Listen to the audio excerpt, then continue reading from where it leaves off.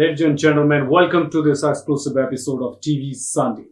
Today we are discussing about something regarding housing, education, and so much about the concern of District 30 in New York State. We have Congressman, and I would like to say Assemblyman, Mr. Barnwell, who is acclaimed attorney and already served the district since a long time. He is running for office again in 2022.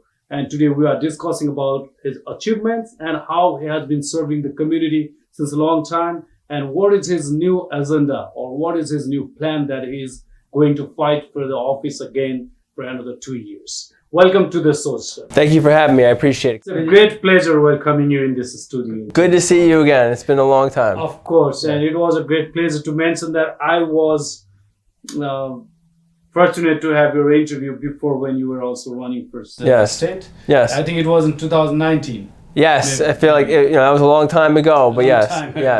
Of course. Yes. So, would you mind to tell us that what's the reason that you are running for office again? Yes. Well, again, we feel like we do a really good job. We're on the floor. We're engaging with the constituents, telling people, what do you need help with? How can we help you? And we think we do a better job than we think we do a great job. And people need, especially with the pandemic that has happened, people need help. People need to know where to turn. Yes. So our office speaks over 30 languages. We go out into the communities and we speak the language. We know the issues. People can trust us. So that's why. For the information of my audience, District 33 consists and part of Jackson Heights, Woodside. Woodside, all the way into Woodside. Sunnyside as well. So it changed. So now we have all of Woodside. Yes. We have, again, a little bit of Jackson Heights, depending where you draw the border line. Right. Elmhurst, Yes. Maspeth, Middle Village. Yes.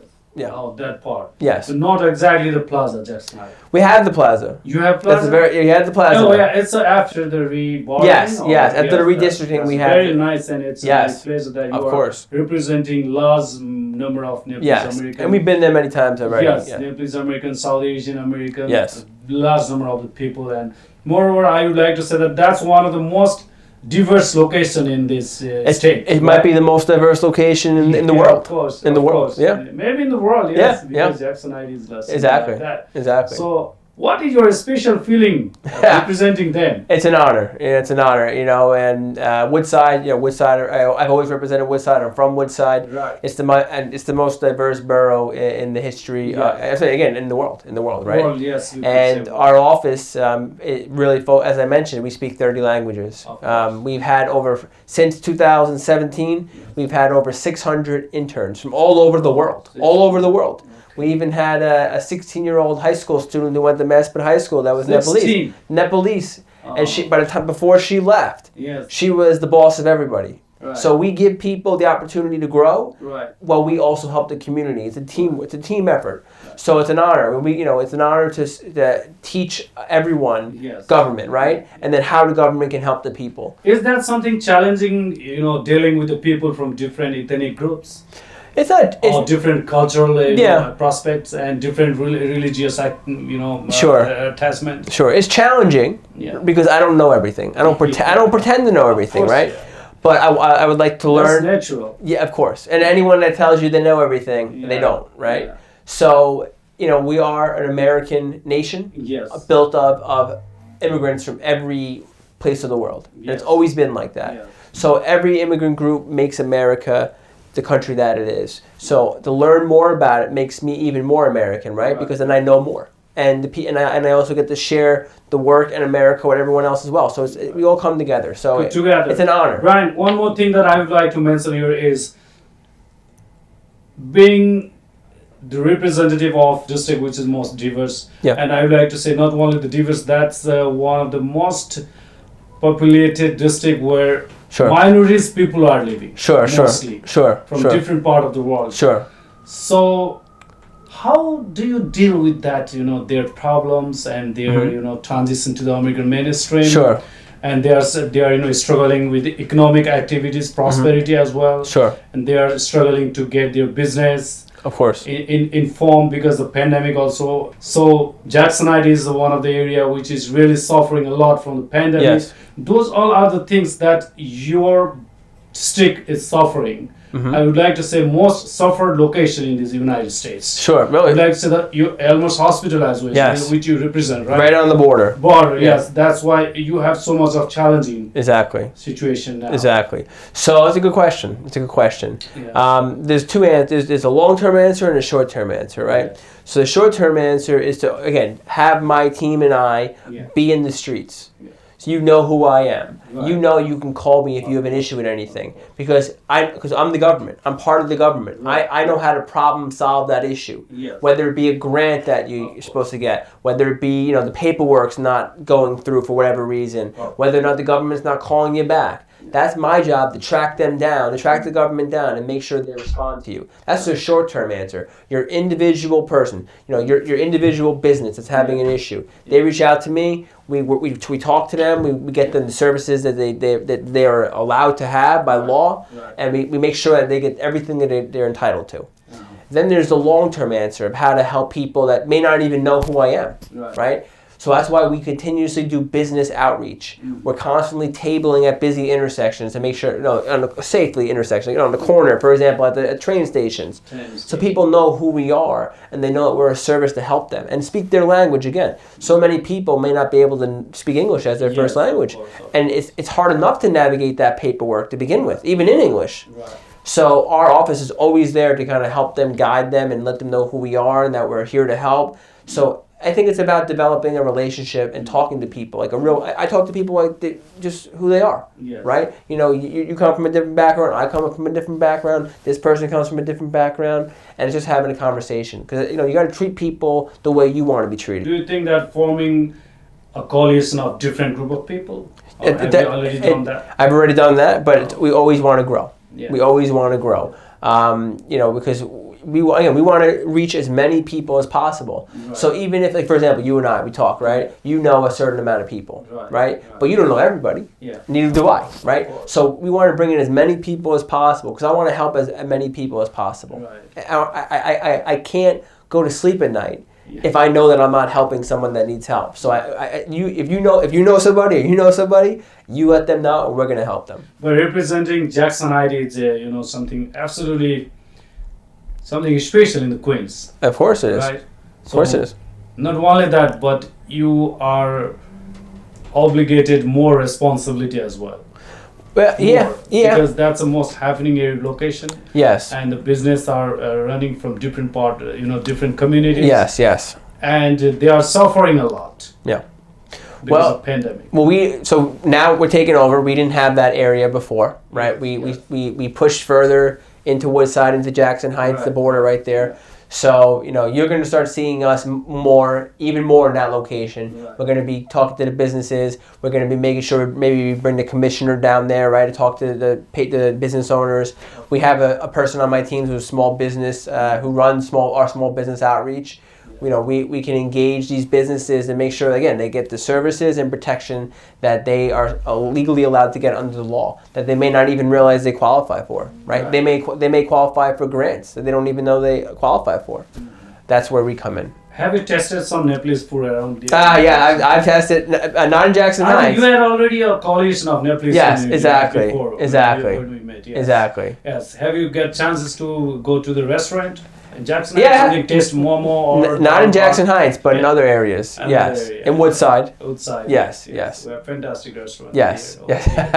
Listen, that's the benefit of being in Woodside and Jackson Heights. You get all the best restaurants. Of course, in Queens, if we talk in Queens, District 33 is known as one of the very, popular location for the school district. Yes. Parents would like to choose that location for their kids. Yes. As suppose I'm looking for a house, I would like to first select that location, but it's really expensive. Yes.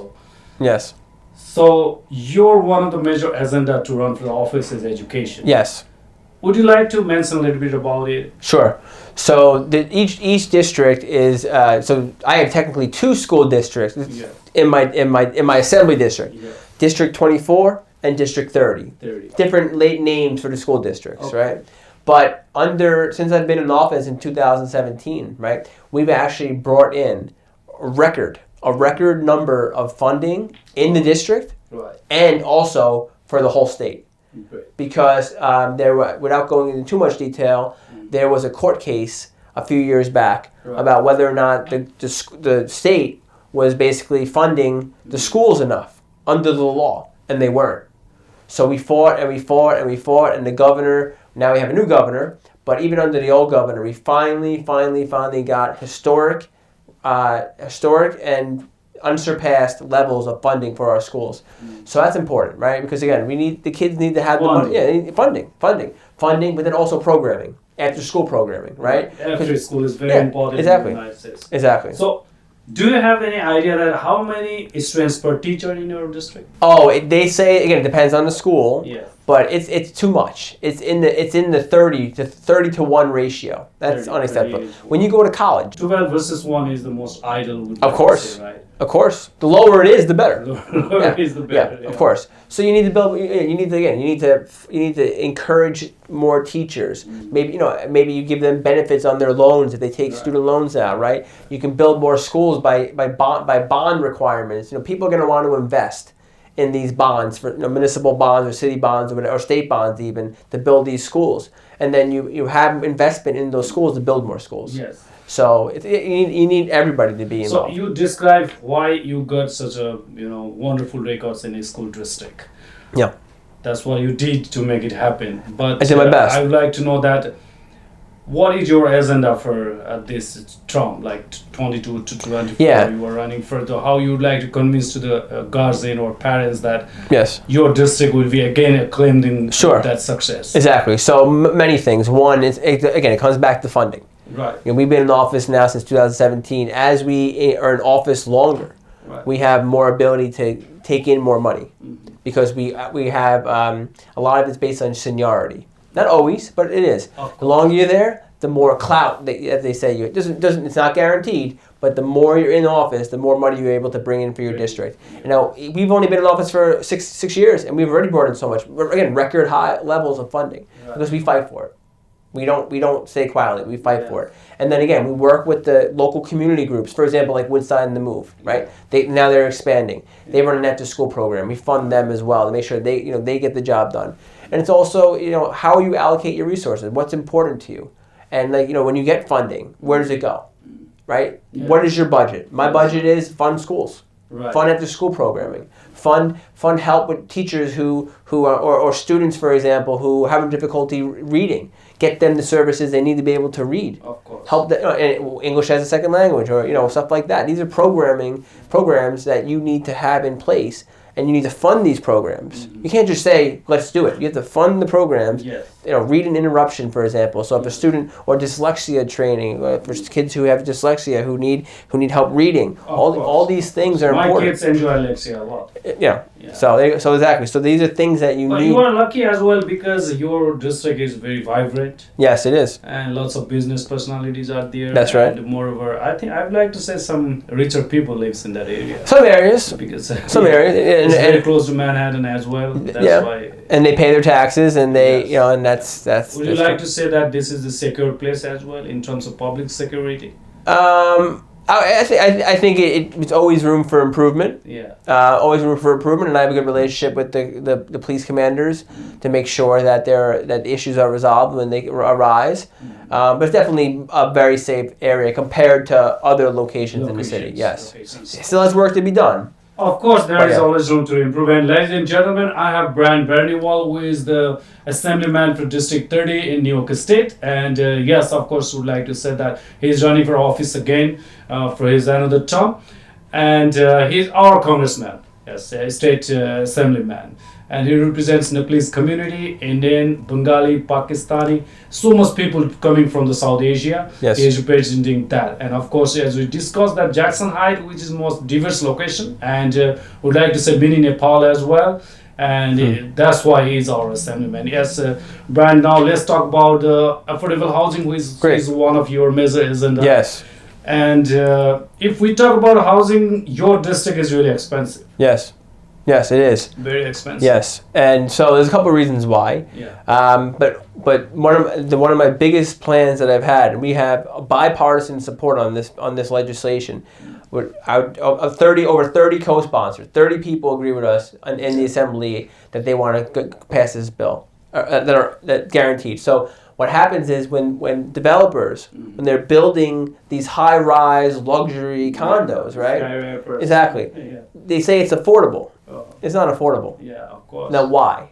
Because it's the way they make it's called the formula. The formula. Basically, what happens is they take the average income of people who live in all of New York City and Westchester County. No. And they say that's what's affordable for Jackson Heights or Woodside. So that's ridiculous. Why does it matter what someone makes in Westchester? Why does it matter what someone makes in the Upper West Side of Manhattan when we're talking about Woodside? We're talking about Jackson Heights. Yeah. So that's wrong.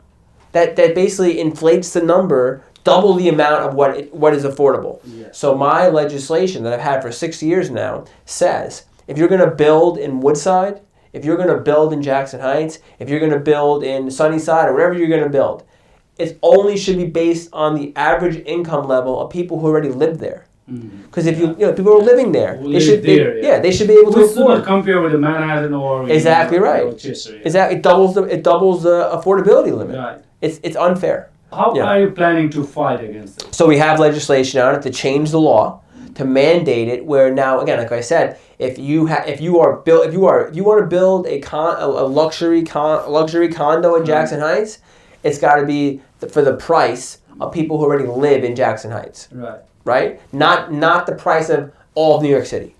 Because again, Upper West Side, they're millionaires over there. With that. Yeah, exactly. Of course. So how could anyone afford it? Yeah, of course. So we have to change that. So my law changes that. We pushed for it. We're getting co-sponsors more and more every year. And it's, but I'll be honest. The developers are fighting back. And they have a lot of money.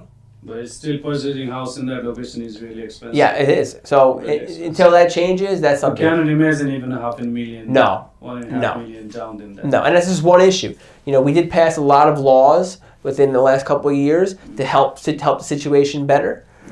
We still have more stuff to do, but we passed the MCI, Major Capital Improvements Reform, vacancy, basically all laws that would limit the ability of rent to be increased by the landlord or developers. Of course, MCI is one of the burden to the residents. Yes, very much. Like I live in the Left Rock City, every year they increase, and MCI going to be added to my rent. Exactly right. So we proposed a bill with Senator Gene Harris a couple of years ago to get rid of all MCIs. It didn't pass, but it reduced the amount of percentage-wise and stuff like that. We're still going to push for the ultimate abolishment of MCIs or a complete structural change of it. But again, you have a vested group of developers and the real estate board fighting against those measures. So it's a battle. But we're going to continue that battle. And we will continue fight. So those two, education, affordable housing. Yes. And you have another one agenda, like. Well, there's a lot of different issues that we can talk about. Education, like I said, is important. Yeah. Affordable house. We can talk about transit. We talk about transit. Yes. Right. Transit. So there's a lot of things going on with transit, right? Yeah. There's people too many cars, right? There's buses, not enough buses. You go on a bus. Yeah. It takes you an hour to get a bus, and then you wait, and then you can't even get on the bus because it's too big. There's too many people on it. There's the trains. The trains are the same thing, crowded. They never come. They're never on time. There's delays. All this stuff. So again, I'm going to be honest. It comes back to funding. Two things. It comes back to funding, to making sure the MTA and other entities, they have the funding to be able to make sure that they can fund these new technology improvements, right? The switch improvements, right. So the trains can run faster by automated technology.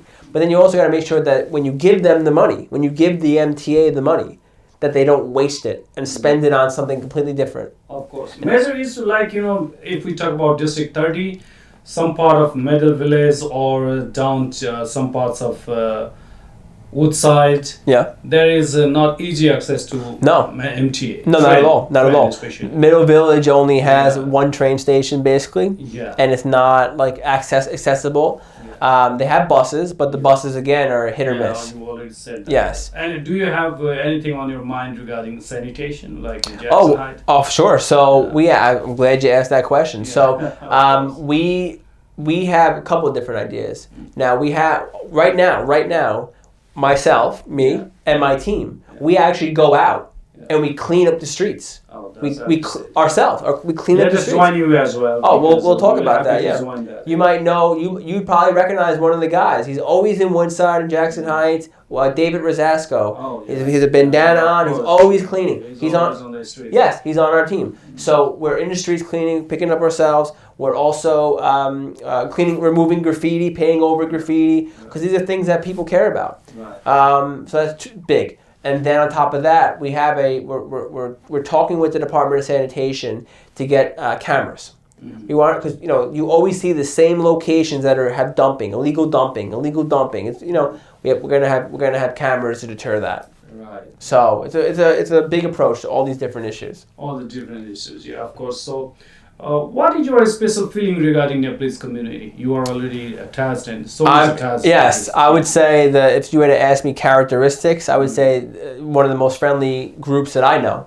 Yeah. Always willing to help out. They're hardworking. They're trustworthy, and again, they just want to make a difference. Yeah. Just like everyone else, right? But from my personal experiences, I've never had a bad experience, so that's good. But it's always been they care about their families, they care about this country, they care about where they came from. They want to make sure that their kids have a good good life, just like other groups. But I've always been blessed to have a good relationship with the community. Of course, and some of people are really interested to join politics as well. Yes, serving community through politics. Of course. They desperately expect your help, support, and guidance. Maybe I've been meeting with the community, and again we work together. So you help myself reach out to the community to make sure they get the resources they need, and then obviously as well we uplift together, and then they learn the government, learn how to run for office, how to be in office, do all those great things too. So a part of Jackson Heights means that already Elmer's Hospital is in border, right? So it's on the border, this means which is Roosevelt Eddy Street is yours? So I go so the new lines which take effect next year, I would basically go to 91st. 91st Street. Again, it does the weird shapes. You mean 91st and Roosevelt? So do you know where more the playground is? Yes. That's my district. That'd be my district. But again, so it goes along Broadway. Along Broadway. And then kind of like shifts and shapes all different locations. Okay. But basically the easiest way to explain it is I go to 91st. 91st. Yeah, I understand. Yeah. So let's talk something about your personal achievement as well. You are an attorney. I am an attorney, yes. Yes. Are you still practicing or? So because I treat the job, being an assembly member, a full-time job. I'm 17, right? Yeah, exactly. Yeah. I'm up till 3 in the morning, 4 in the morning, responding to constituent complaints and emails. Because again, people count on me. How many hours do you sleep? It varies. It varies based on day, but you can never get enough sleep. Yeah. But but again, people entrust me to do a job. Of course. And I have a lot of responsibilities, right? A lot of things. Again, from cleaning the streets to responding to constituents who need help with unemployment and health care and being evicted, and then I have to go to Albany and pass these bills and vote and debate. Lots of responsibility. Yes, but you had a pro bono service as well, right? Before we partner with pro bono services. Oh, so if you have someone that needs help assistance, we partner. We bring the attorney basically to them. Pro bono services. That's free. Free. Yes. What are the issues that you guys did? I mean, those. A lot of it is eviction. Like a lot of it. Like immigration. Sure, immigration as well. Yeah. We have one of our partners. We have a couple partners in Woodside and Jackson Heights area that we definitely have immigration help. That's one. Again, eviction. Landlords trying to kick you out, or that's a big one. But I would say yes for legal services, immigration, and housing are the two main ones that we have a lot of pro bono services for. Yeah, but I'm really curious to know that what is the background story that you changed the path of your career. You were a lawyer and you transit into the politics. Well, law and government obviously run hand in hand together, because as a lawyer, you are advising and helping your client under the law, right? However, you don't change the law, right? The elected officials, the government does, right? So it kind of goes. So you see the problems that you face. Housing and immigration and small businesses and all education, all these things, and you can't you have to pass the laws to change it. So it was a transition where I said, these are the issues I care about. I think I can do a good job trying to change them, and so far I think I've done a good job. Yeah, of course. Were you satisfied with your career as a lawyer? Yeah, I mean, there's always more work to do, and maybe as I get a little older, and I have, maybe in the future again. But I'm happy where I'm at. I think I'm doing the best job possible that I can at this position. What is your future goal in politics? Again, I'm happy where I'm at right now, and again, I think I have a lot more work to do in my district, in the Assembly District 30, and so only God knows. God knows, yeah. Yeah. Some of Nepal's fellow are interested to run for city council. Sure. So they may expect your support. They should contact me. We'll have a nice conversation. Yes. Yeah. Yes. What is the major character that I would like to say not character, feelings that being an assemblyman? Okay. Well, it's an honor. It's an honor for many reasons. One, it's an honor because our country and our state and our city, right. is the best of the best. And so many people have come before me and represented in our country, in our state, and our city. So that's an honor right there. But then it's also an honor to be able to, again, represent and help anybody that needs help, right? People need a lot of help, especially with the pandemic. And we've helped so many people that that had, for example, unemployment. People couldn't even get through to unemployment. Some people had thousands of dollars that was their right to have that money, and they couldn't even get a response. They called us. We hounded unemployment to make sure they got their checks and their money. Same with businesses with their grants, right? So how does it feel? It's a lot of work. I put a lot of work into it, but it's we. Do you think you are a lucky guy? I don't believe in luck. I'm blessed. Blessed. I'm blessed. You yes. believe in hard work. I believe in hard work. Yes. Yeah. But I am blessed, and but again, it's an honor because we help people that are desperate and they need help, and it's a good feeling to help people, obviously. But I think that you are one of the luckiest person in political arena because you don't have even competitor. Well, I've had it. I have. Yeah, of course I've had. I had a very difficult couple of challenges in the past. That's maybe in 17. Let's see, what year? So no, 17 and 19. 19 as well. Yeah. No. And then the pandemic. Yeah. But yeah, we've had. Yeah. Some you have some elected officials who haven't had a competition ever. We've already had four challenges. Well, me running and then people running against me. So yeah. Yeah, but you are the one who gonna be winning.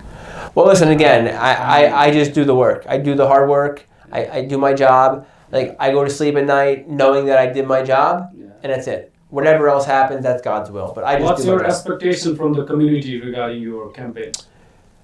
Well, again, I think I have more work to do, right? Because we have a new district, and I need to meet more people, and I need to tell them, I want them, regardless of what they politically believe in, I want them to know, hey, if I call Brian, he's going to help me. That's my job.